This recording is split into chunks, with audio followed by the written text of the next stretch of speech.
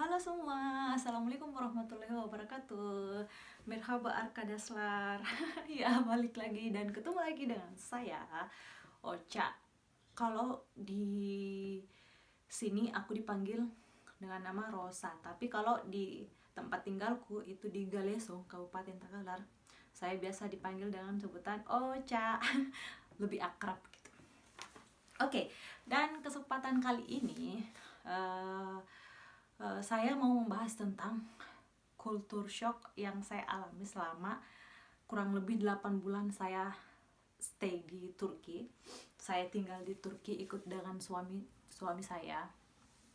Jadi ada beberapa yang menurut saya membuat saya kaget selama saya tinggal di sini dan yang nggak pernah saya alami selama di Indo atau di Galesong tempat saya tinggal.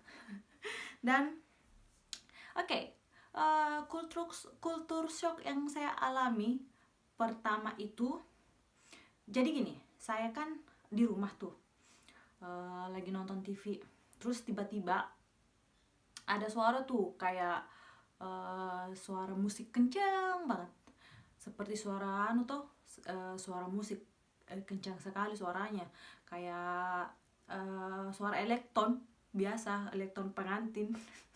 Iya tuh, kukira ada elektron pengantin. Ternyata pas kak buka jendela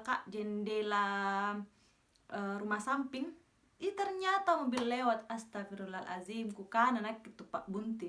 Ada kamu tahu ini sak railet tuh. Pasar musik Riotona. Kasih dia tuh kasih nyala musik di mobilnya tuh kenceng banget kayak elektron, dan satu komplek bisa mendengar itu suara musik di mobilnya tuh saking kencang sekalinya begitu. Dan di sini tuh sudah biasa hal seperti itu, sudah lumrah begitu. Dan setiap saya pun jalan kemana tuh, umpama tuh jalan ke market tuh sama suami, terus ada mobil lewat cuk cuk cuk cuk, musiknya tuh pasti kencang sekali, dan jendela mobilnya tuh dibuka full. Nah, gimana tuh nggak kenceng, sampai budek tuh telinga dengernya. Di situ baru pertama kali saya lihat hal dan menyaksikan hal yang seperti ini. Nah, terus hal yang kedua itu, di Indo kan itu pasar tradisionalnya kan setiap hari itu kan, seumpama kayak di Galesong tuh hari ini pasar Bontorita, besok pasar Talak-Talak, besok pasar Galesong. Kata di sini tidak, satu minggu satu kali pasar, setiap hari Sabtu pi. Jadi setiap hari Sabtu orang-orang berbondong-bondong pergi pasar karena untuk mau beli bahan makanan dan stok bahan makanan buat di kulkas. Jadi kalau seumpama bahan makanannya sudah habis dan belum pasar, dia terpaksa beli bahan makanannya itu di market. Kayak di Galesong tuh kayak ada Indomaret, Alfamart. Kalau di sini tuh namanya ada Bim, Sok, ada Ayus 101. Nah, disitu beli bahan makanannya, ada sayur-sayuran, ada pokoknya ada market yang lengkap, ada juga market yang tidak. Tapi yang paling lengkap itu di pasar tradisional Turki. Pasar tradisional di sini seperti pasar tradisional yang ada di sana di Indo. Hal yang ketiga itu, di sini orang-orangnya tuh jarang sekali ada yang pintar bahasa Inggris. Yang ketiga, jarang sekali orang-orang bisa berbahasa Inggris. Semuanya berbahasa Turki. Ya, memang mereka tuh diajarkan bahasa Inggris di sekolahnya. Diajar gitu pakai bahasa Inggris di sekolahnya, tapi tidak dia tidak sering komunikasi begitu, atau tidak nadalami bahasa Inggrisnya, jadinya dia tidak mengerti. Paling yang tahu itu what is your name, what's your name, siapa namamu, where do you live, paling yang seperti itu jangan tahu. Tapi kalau yang kayak mulai percakapan begitu, tidak tahu pasti. Kayak seperti suamiku, dia tuh tidak tahu bahasa Inggris. Paling yang dia tahu itu what's your name, siapa namamu, apa kabar, terima kasih, baik-baik saja, bahasa Inggrisnya, cuman itu di bahasa Inggrisnya. Tahu bahasa Indonesia lagi, nah tak bolak-balik lidana apa sempurna bahasa Inggris. Jadi saya jadi kalau mau ke Turki itu minimal bisa berbahasa Turki sedikit lah, kayak Nasilsin, Adinekim, Nerede yaşıyorsun, di mana Anda tinggal, kayak seperti itulah, semacam seperti itulah. Karena di sini itu orang Turki full pakai bahasa Turki, pakai bahasa Inggris tidak. Pokoknya cuman satu bahasa, yaitu bahasa Turki. Oke, dan yang keempat, ini tuh paling apa sih? Nggak terlalu paling sih. Ya, di sini tuh setiap market yang saya datangi atau berada di jalan-jalan sepanjang jalan Kenangan itu banyak terlihat bendera-bendera Turki yang gedenya segede gaban tuh, gede banget, besar sekali bendera Turkinya, besar sekali. Di Indonesia sepertinya tidak seperti itu. Saya lihat bendera itu seperti kalau hari Senin tuh banyakkan bendera, atau di setiap sekolah-sekolah pasti ada bendera atau bendera merah putih, atau di setiap kantor itu pun jarang. Tapi kalau di sini mau di market ada, di jalanan ada, setiap gedung-gedung ada, pokoknya setiap jalanan tuh bendera Turki ada terpampang nyata, karena orang-orang sini tuh membanggakan negerinya. Turki. Erdogan. Siapa yang tidak kenal Erdogan, ya nggak sih? Benar. Terus yang kelima itu, dan ini yang paling benar-benar saya kaget, dan sampai sekarang pun saya masih kaget. Kenapa saya bilang saya masih kaget? Karena di sini itu yang kelima, orang pergi bertamu itu tidak kira-kira. Tahu, pergi orang bertamu siang-siang, boleh datang jam 1 siang. Oke lah, datang jam 1 siang toh. Datang jam 1 siang. Kukira ini nanti jam-jam 3, jam 4 pulang. Anjo kah, biasa jam 8 malam pindah pulang. Anjo lagi kalau agak dekat-dekat rumah jam 10 malam pi. Kalau jam 1 siang nak datang, tapi kalau sudah maghrib nak datang, jangan harap cepat pulang. Jam 1 malam pi atau jam 12 malam dah pulang, guys. Apa menyenopau kamu jam segitu nu pulang, tidak na habis pokok pembahasan. Nak kebiasa pergi sapa-sapa, ya sudah miku sapa-sapa kabur, pergi nonton televisi atau pergi di kamarku main HP. Siapa tahu mau temani duduk sampai jam 1 malam, jam 12 malam. Ada deh lah, abis jadi bebe ya pau. Oh ya Allah, ampunilah aku berdosa ini sepertinya. Masalahnya toh bukan tidak menyukai, bukan tidak kusuka tamu yang datang ke rumah, tapi kalau bertamu itu lihat toh, barusanku itu di sini dia ada tamu datang jam segitu pulang tengah malam. Kalau di Indonesia kalau regaleson diundang lagi, diundang kasar, dimatikan lampu suruh motor Andreni. Di sini tuh orang bertamu tidak kira-kira sekali orang cara bertamunya. Mertuaku saja kalau nabawa pergi bertamu, pergi main bertamu kodong ikut tom, aku kira menjadi cepat pulang.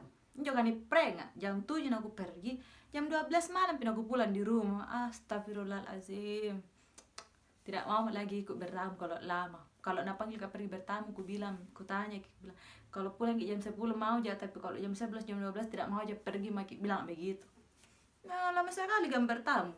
Oh, bisa makin tidur tidak minta duduk makin enjoy bentar balan tidur di motor. Biasa aku kode-kode kasar gitu. Tapi mengerti tahu juga kalau kode-kode ayo pulang.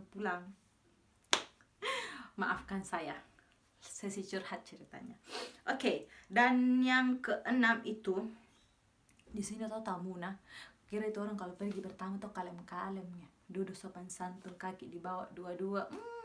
Di sini tidak, datang ki bertamu basa-basi dulu, sudah basa-basi itu kaki di atas semua di sofa.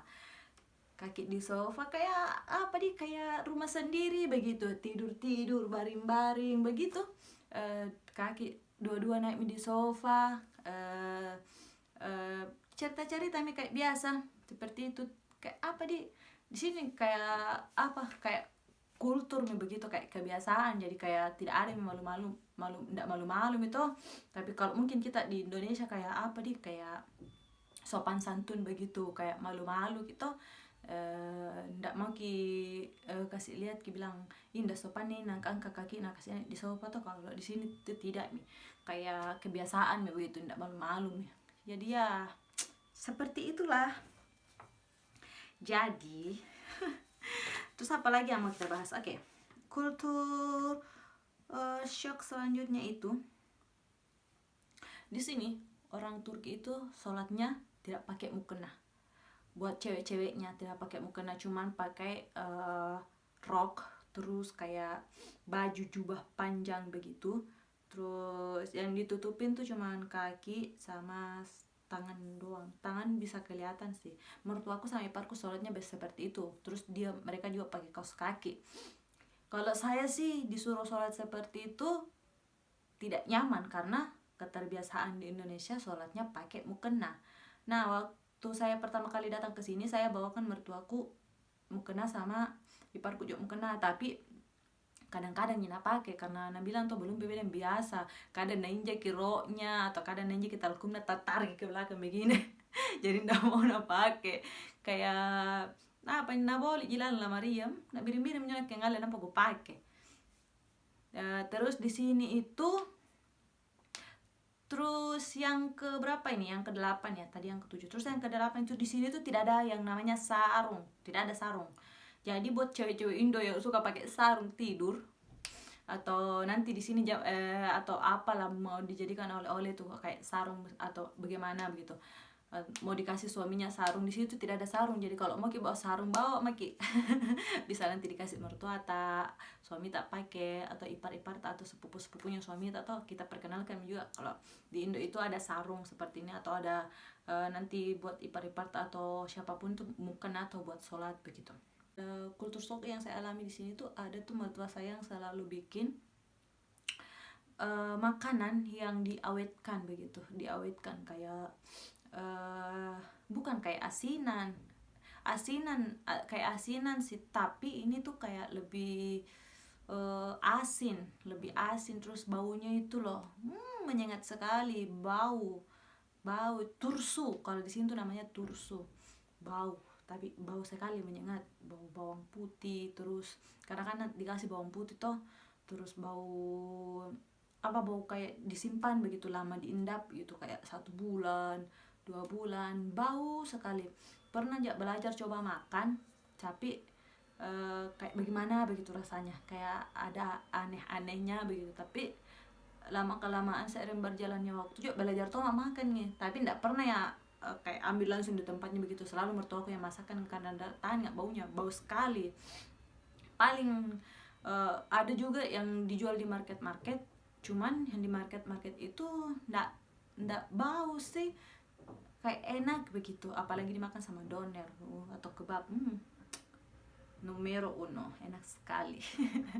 Jadi intinya kalau mau ke Turki, terus gelim pertama di Turki, siap-siaplah Anda menerima kultur shock selama tinggal di sini, dan saya mengalami itu, sangat mengalaminya. Tapi ya baik sih, cuman merasa kaget saja, sampai sekarang pun masih kaget. Sudah habis 1 tahun stay di sini, tapi ada saja hal baru yang membuat saya kaget, karena tidak pernah saya alami sebelumnya waktu tinggal di Indonesia atau waktu tinggal di kampung saya di Galesong toh, tak pernah saya alami. Buat teman-teman yang belum subscribe, like, comment, dan share, mohon di subscribe ya. Mohon bantuannya, tanpa dukungan kalian, channel YouTube saya tidak akan ada apa-apanya. Makasih, sampai ketemu lagi di video selanjutnya. Assalamualaikum, hadi görüşürüz. Bye.